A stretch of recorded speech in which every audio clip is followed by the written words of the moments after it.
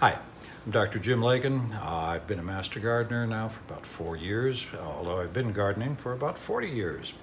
Uh, Around 5 or 6 years ago, I started to develop an interest in growing plants from seeds, and started initially with a few flats in the kitchen window and had limited success.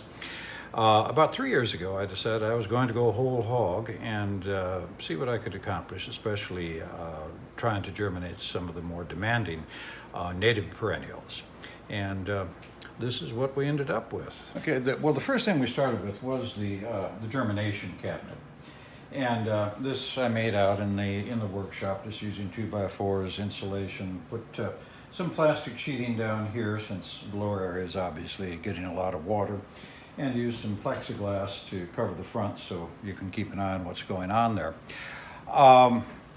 Actually, totaling it all, it was about $400 or $500 in material by the time we got the lights, the heating there, and of course the thermostatically controlled heating pads. The lights, of course, are on timers also.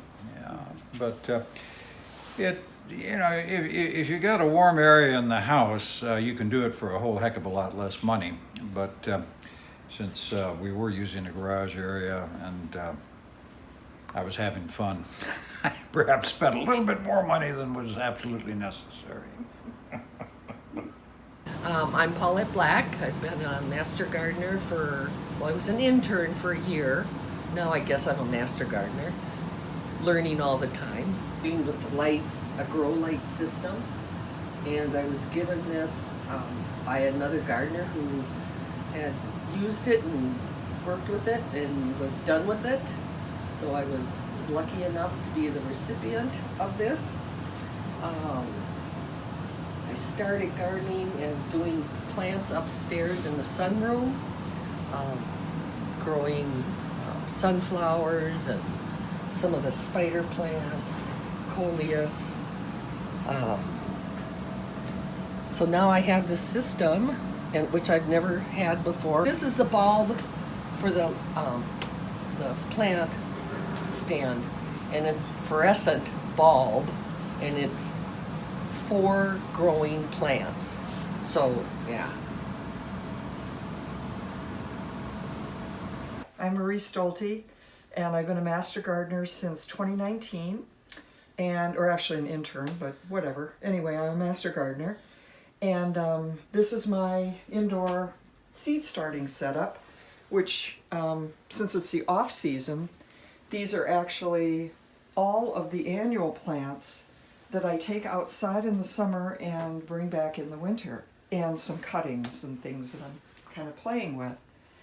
I started my seed starting with one of these IKEA shelves that was just repurposed. We had used it downstairs in the basement for something. And I bought 2 of the 4 bulb LEDs. And it's a perfect size for a seed tray. So the seedlings start quite nicely here. I've grown, these are some coneflowers that mistakenly propagated before they were supposed to, and so I brought them indoors this fall. And I also have some sedum that it's normally an outdoor sedum. They live outdoors all winter, but I brought them in just for something a little different to look at. This is how I started, with just these 2 sets of lights and a tray of seedlings. Unfortunately, this setup doesn't work the best once the seeds get a little larger, because the distance between these shelves is not very great. And so that's one of the things I regretted about it. Janice Gessner, and I've been a Dakota County Master Gardener for about 11 years. And all during those years I've started plants on my own at home. And my husband Bob here is the one who created my little setup so that we can grow those plants starting anytime we want.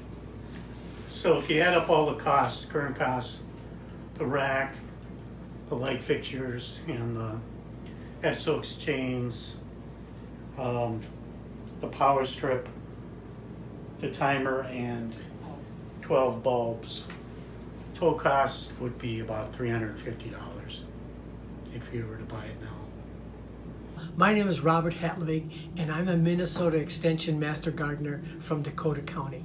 And this is my propagation system. I set up my system in the laundry room so I could hang the lights from the floor joists. You can probably see the chains and the S-hooks. This is so I can raise and lower the lights as needed.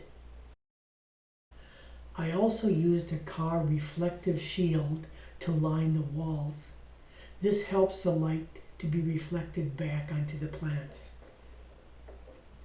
I haven't planted any native seeds yet, but I'm ready to do it any day now. I have round 4-inch pots, square 4-inch pots, and 5-inch tubes. The tubes I'm experimenting with for the native plants because native plants grow tremendously long roots, and in a shorter pot they get root bound. This year is the first year that I've started to use lights to grow plants inside. Before that, I did winter sowing. And winter sowing is when you use a container similar to this.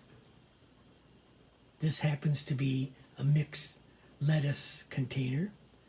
And I clean it out, put in 4 to 5 inches of soil, put native seeds on the top, and put it out into the snow. I put the lid on it. It acts like a little greenhouse, but not much happens for the first couple of months. The seeds go through the process called stratification, and sometime in the spring, probably late spring, they start to sprout. The only problem with winter sowing is that you get very small plants by the end of May, and probably too small to sell in a garden sale. So that's why I'm planting some under lights this year.